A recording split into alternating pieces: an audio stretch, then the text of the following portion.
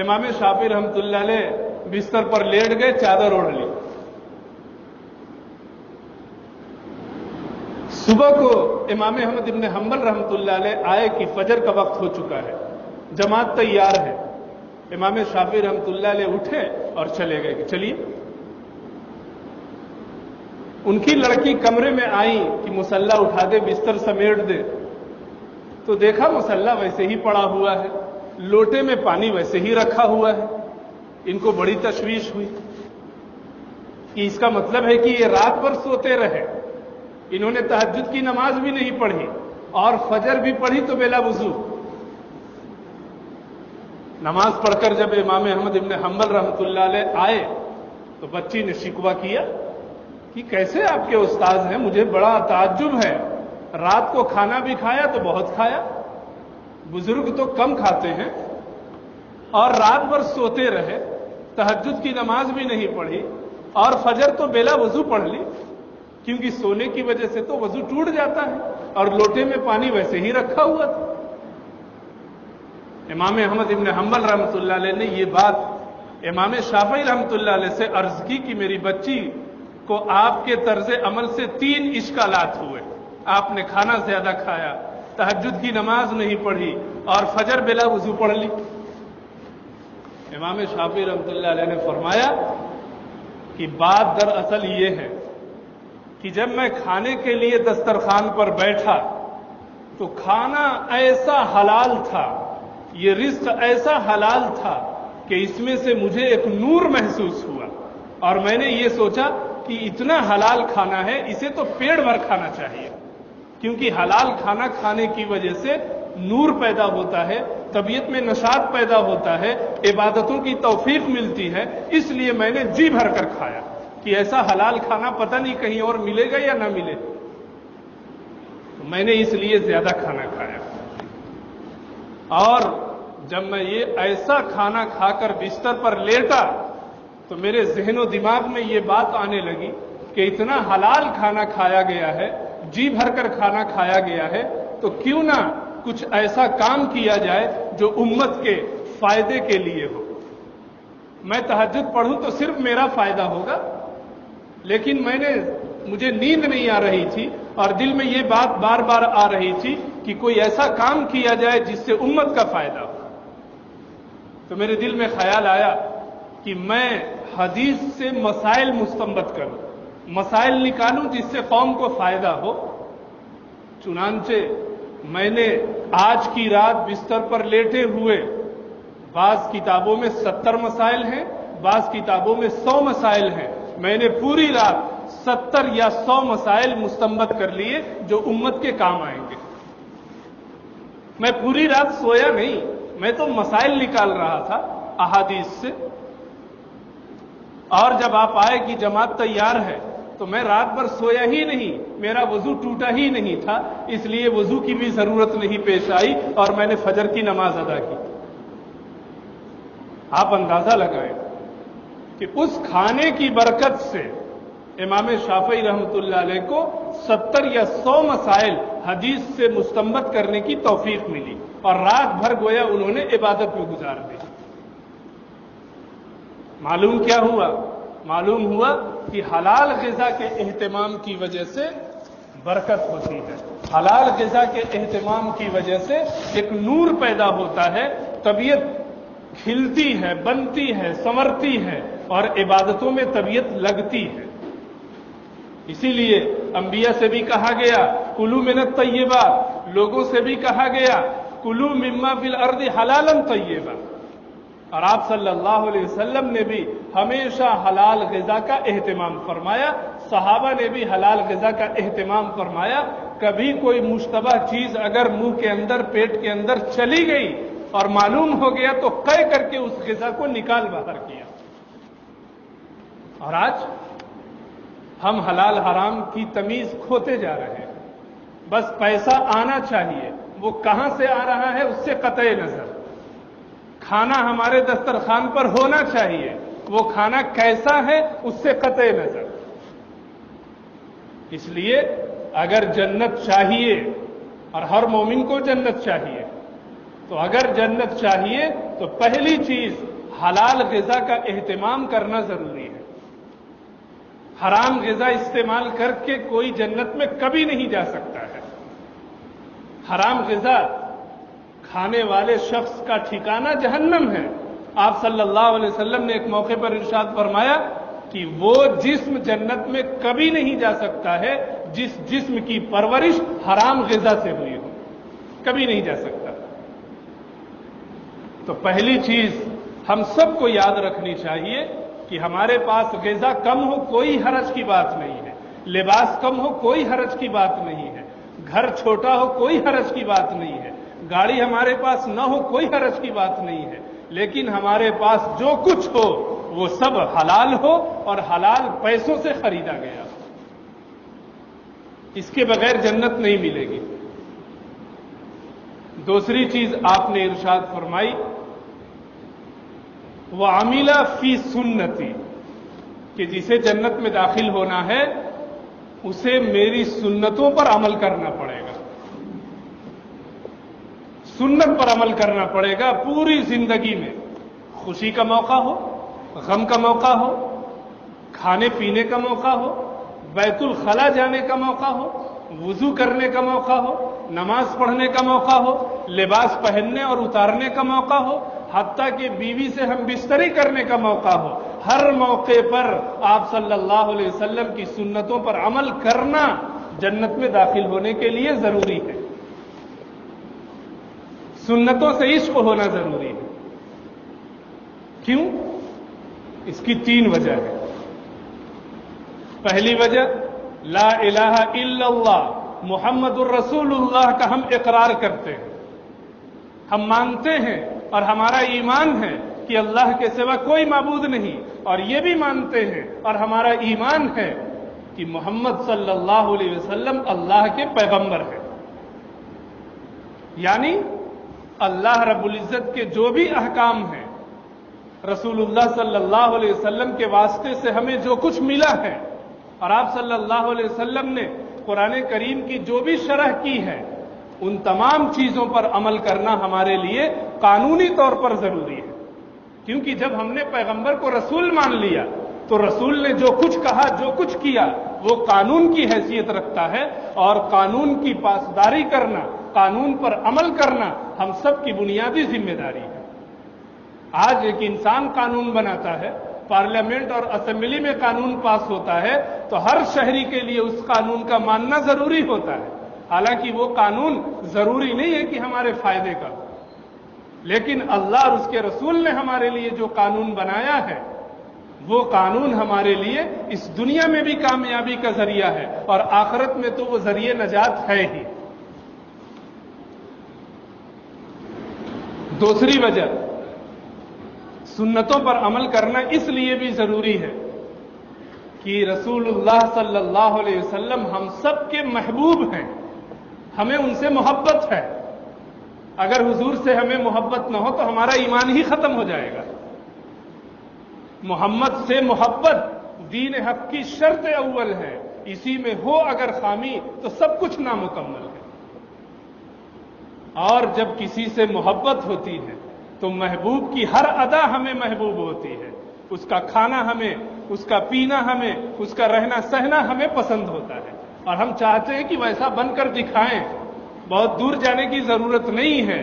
میاں بیوی میں بیوی کو اگر معلوم ہو جائے کہ شوہر کو یہ چیز پسند ہے, شوہر کو ہمارا لباس ایسا پہننا پسند ہے, تو بیوی اس کا اہتمام کرتی ہے. شوہر کو اگر معلوم ہوتا ہے کہ بیوی کو یہ لباس پسند ہے, یہ غذا پسند ہے, تو پھر وہ اسی غذا کا, اسی لباس کا اہتمام کرتا ہے. یہ تو ہم انسانوں کا طرز عمل ہے. اور آپ صلی اللہ علیہ وسلم کی محبت روایتوں کے اندر آتا ہے لا یؤمن احدکم حتی اکون احب الیہ من والدہ وولدہ والناس اجمعین, کہ تم میں سے کوئی شخص اس وقت تک کامل مسلمان نہیں ہو سکتا ہے جب تک کہ میری ذات اس کے نزدیک سب سے زیادہ محبوب نہ ہو جائے. اس کے بچے سے بھی زیادہ, اس کے باپ سے بھی زیادہ, دنیا اور کائنات کے تمام لوگوں سے بھی زیادہ. اس کے بغیر وہ مومن ہو ہی نہیں سکتا ہے. ہم سب زبان سے یہ دعویٰ کرتے ہیں کہ ہمیں حضور صلی اللہ علیہ وسلم سے بڑی محبت ہے۔ تو جب حضور سے محبت ہے تو حضور کے طریقے سے نفرت کیوں ہے؟ جب حضور ہمارے محبوب ہیں تو حضور کی چھوٹی بڑی تمام اداؤں پہ ہم قربان ہو جائیں، ہمیں اس کی فکر کیوں نہیں ہوتی ہے؟ تو حضور ہمارے محبوب ہیں، محبوب کی ہر ادا سے محبت کرنا ایمان کا تقاضا ہے۔ اور تیسری وجہ، حضور صلی اللہ علیہ وسلم خاتم الانبیاء ہیں، ختم نبوت پر ہمارا ایمان اور عقیدہ ہے۔ اگر کوئی حضور کے بعد کسی دوسرے نبی کو بھی کسی دوسرے شخص کو نبی مانتا ہو تو مومن نہیں ہو سکتا ہے۔ حضور آخری پیغمبر ہے، تو جب حضور آخری پیغمبر ہے تو حضور صلی اللہ علیہ وسلم کی تمام سنتیں حرف آخر ہیں۔ اب کوئی دوسرا طریقہ ذریعہ نجات نہیں بن سکتا ہے۔ اب یہودی، نصرانی، بدھسٹ، غیر مسلم یا کوئی بھی مذہب کا ماننے والا اور اس کا طریقہ ہمارے لیے کامیابی کی ضمانت نہیں ہے۔ ہم اس طریقے کو اختیار کر کے جنت میں نہیں جا سکتے۔ آپ صلی اللہ علیہ وسلم نے فرمایا لا یؤمن احدکم حتی یکون ہواہ تبعا لما جئت بہ، تم میں سے کوئی شخص اس وقت تک مومن نہیں ہو سکتا ہے جب تک کہ اس کی خواہشات میری شریعت اور میری سنت کے تابع نہ ہو جائے۔ ایک موقع پر حضرت عمر فاروق رضی اللہ تعالیٰ عنہ کو کہیں سے تورات، جو اللہ کی کتاب تھی، تورات کا کچھ حصہ ملا، اس کو پڑھنے لگے، دیکھنے لگے۔ آپ صلی اللہ علیہ وسلم نے جب دیکھا اور سنا تو بہت ناراض ہوئے، اس قدر ناراض ہوئے کہ حضرت عمر فاروق رضی اللہ تعالیٰ عنہ کو کہنا پڑا کہ ہم اللہ کی پناہ چاہتے ہیں، اللہ کے غضب سے، اس کے پیغمبر کے غضب سے۔ ہمارے لیے اللہ ہی رب ہے اور دین کے اعتبار سے اسلام ہی کافی ہے اور نبی کے اعتبار سے آپ صلی اللہ علیہ وسلم کافی ہیں۔ اس موقع پر آپ صلی اللہ علیہ وسلم نے ارشاد فرمایا کہ اگر حضرت موسیٰ علیہ السلام بھی اس دنیا میں آئے ہوتے میری موجودگی میں تو انہیں بھی میرے طریقے کو ماننا ضروری ہوتا۔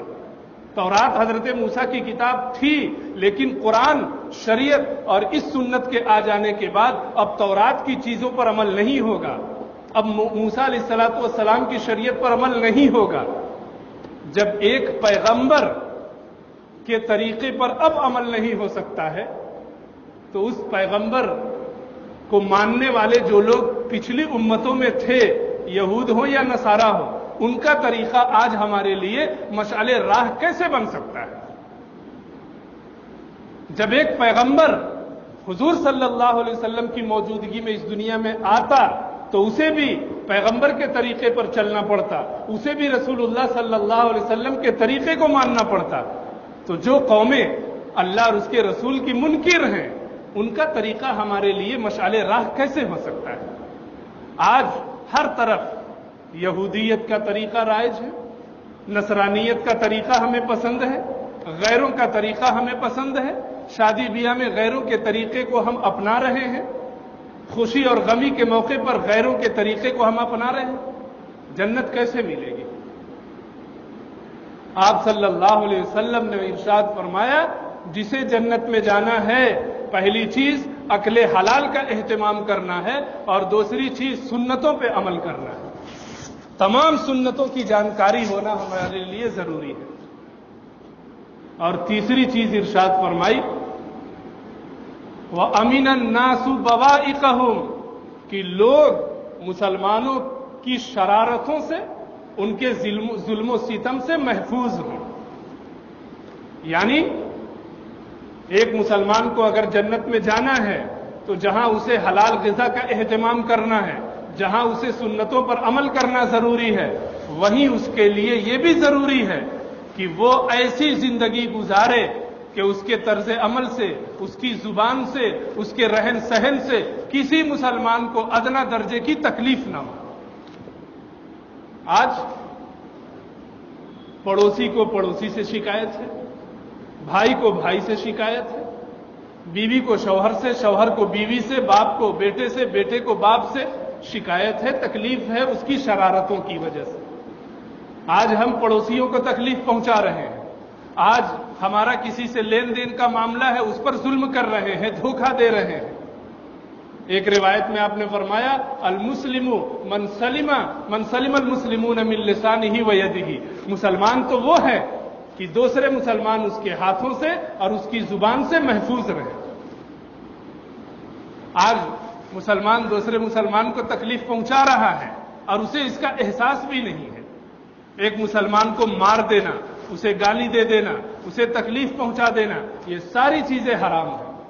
اگر کوئی مسلمان اس کا مرتکب ہوتا ہے تو 1000 رکعت پڑھنے کے باوجود اور پوری زندگی عبادتوں میں گزارنے کے باوجود وہ جنت کا مستحق نہیں بن سکتا ہے۔ تو آپ صلی اللہ علیہ وسلم کا یہ ارشاد ہم سب کے لیے مشعل راہ ہے، اور ہمیں یاد رکھنا چاہیے من اکل طیبا، کہ جو حلال غذا استعمال کرے گا، وعمل فی سنت، اور سنتوں پر عمل کرے گا، وامن الناس بوائقہم، اور لوگ اس کی شرارتوں سے محفوظ رہیں گے، دخل الجنہ، ایسا شخص جنت میں داخل ہوگا۔ اور جو ان 3 کاموں کو نہ کرتا ہو یا ان میں سے کسی ایک کام کو نہ کرتا ہو تو پھر جنت اس کے لیے بس خواب ہے جس کی کوئی تعبیر نہیں ہے۔ اللہ رب العزت